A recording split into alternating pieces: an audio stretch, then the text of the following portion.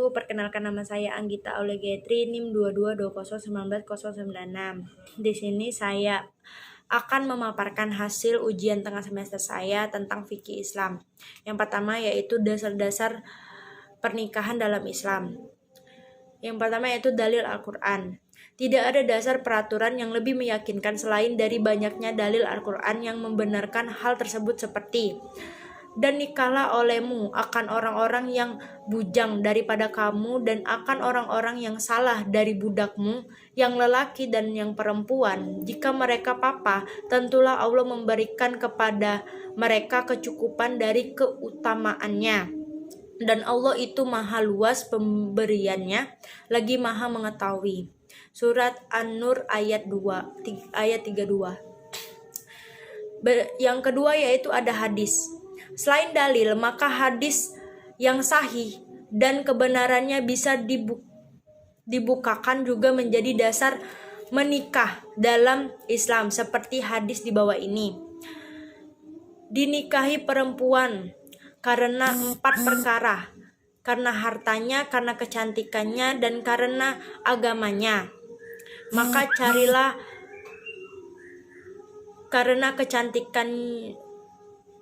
carilah yang beragama, supaya engkau bahagia. Hadis Bukhari Muslim. Yang ketiga yaitu anjuran para ulama.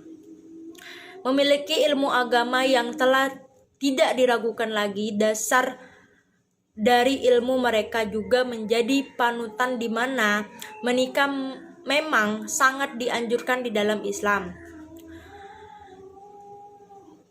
Dalam hadis Al-Bahaqi yaitu barang siapa beristri, maka berarti ia sungguh telah memelihara sebagian agamanya. Karena itu hendaknya ia bertakwa kepada Allah untuk memelihara bahagiaan yang satu lagi. Yang keempat, yang terakhir yaitu peraturan dan kebiasaan kita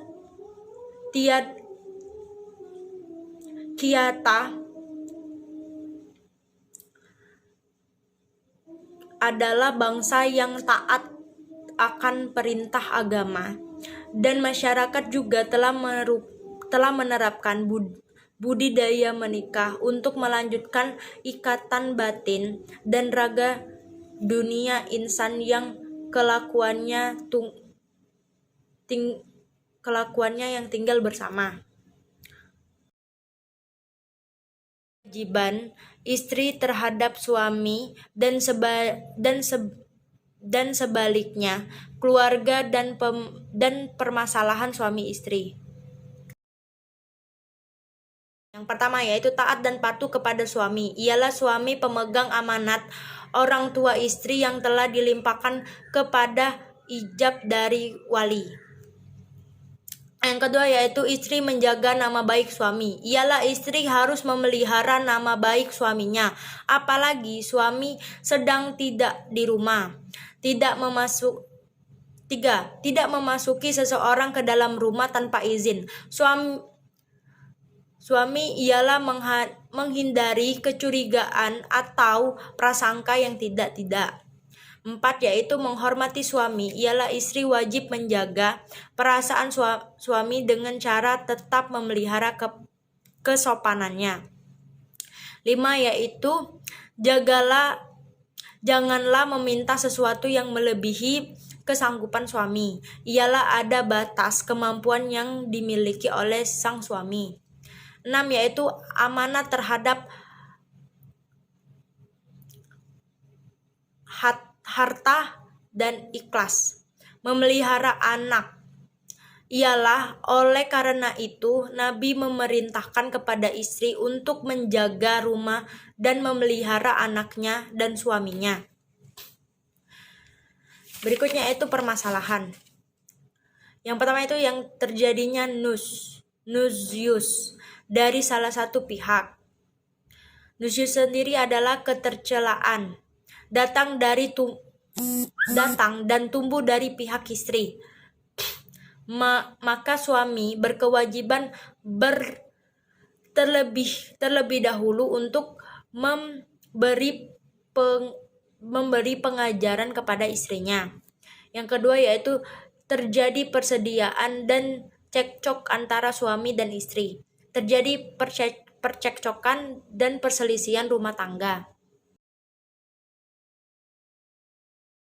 Jelaskan pengertian faraid, latar belakang disyariatkan faraid, beberapa hak yang berhubungan dengan harta warisan, sebab-sebab mawaris, sebab-sebab tidak mendapatkan warisan, dan rukun dan syarat mawaris.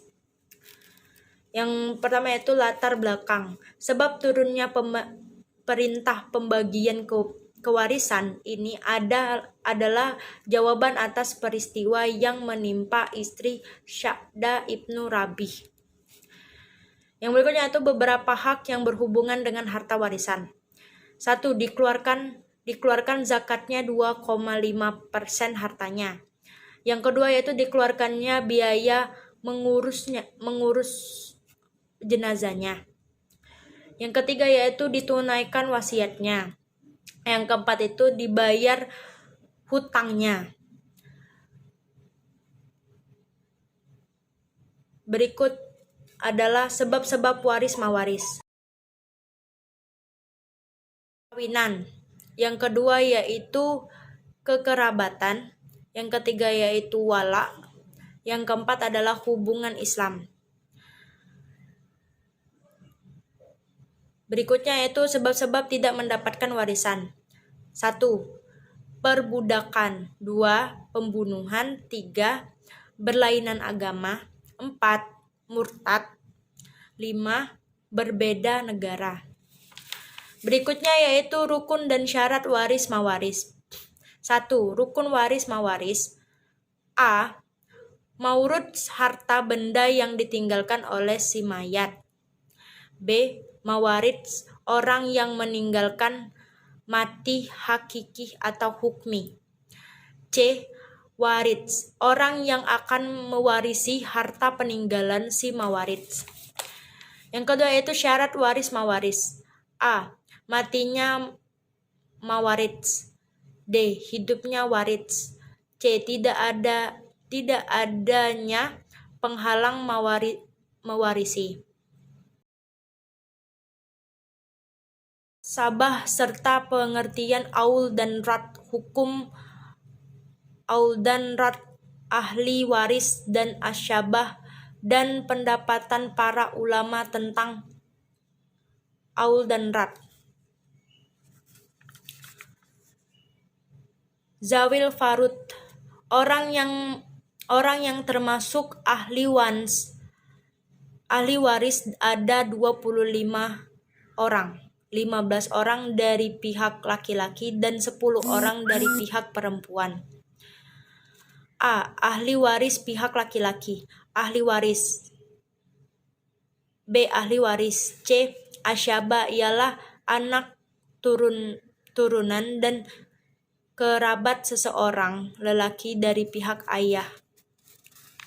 Berikutnya yaitu pengertian aul, ialah bertumbuhnya saham zaul furud, berkurangnya kadar penerimaan warisan mereka. Yang berikutnya yaitu pengertian dari rat, berarti mengembalikan haknya kepadanya. Yang berikutnya yaitu pendapat para Islam tentang aul. Menurut fuqaha, aul ialah bertambahnya saham zaul, penerimaan warisan mereka. Berikutnya yaitu pendapatan para ulama tentang rat. Menurut Zaid bin Sabit yang diikuti oleh Urwah Zukri, Malik dan Syahih adalah tidak ada rat atas asyabul furud. Jika ada sisa hartanya diserahkan kepada baitul mal. pengertian wasiat. Adapun menurut istilah syarah, wasiat adalah pemberian seseorang kepada orang lain. Yang berikutnya hibah. Hibah adalah memberikan kepada orang lain baik berupa harta ataupun bukan. Yang ketiga wakaf adalah menurut istilah menahan harta dan memberikan manfaat di jalan Allah. B. Dasar-dasar hukum wasiat ialah sunat muakkad. C. Hibah. Sebagaimana sabda Nabi SAW, artinya Abi Hurairah bahwa Rasulullah SAW bersabda, saling memberikan maka kamu akan saling mencintai. Hadis Bukhari. Yang berikutnya itu wakaf. Hukumnya adalah sama dengan amal jariyah. D. Yaitu rukun wasiat. 1. Ada orang yang memberi wasiat. 2. Ada orang yang diberi wasiat. 3. Ada barang yang diwasiatkan. Rukun hibah. 1. Adanya penghibah. 2. Adanya orang yang menerima hibah. 3. Adanya barang yang dihibahkan. Yang F. Rukun wakaf. 1. Ada orang yang berwakaf. 2. Ada benda yang diwakafkan. 3. Ada lafaz atau penyataan penyerahan wakaf. 5. Orang yang berwakaf. 6. Benda yang diwakafkan. 7. Tata cara pelaksanaannya. 8. Akibat perwakafan. Yang diperbolehkan bahkan kurang dari 1/3 itu lebih utama. Hibah. A. Pemberian harus sudah dewasa, yakni cukup menurut hukum. Yang B. Suatu hibah harus dilakukan dengan suatu akta notaris dan untuk hibah tanah atau satuan rumah susun. Yang C. Mulai dari penghibahan dengan kata-kata yang tegas yang diterima oleh penerima hibah.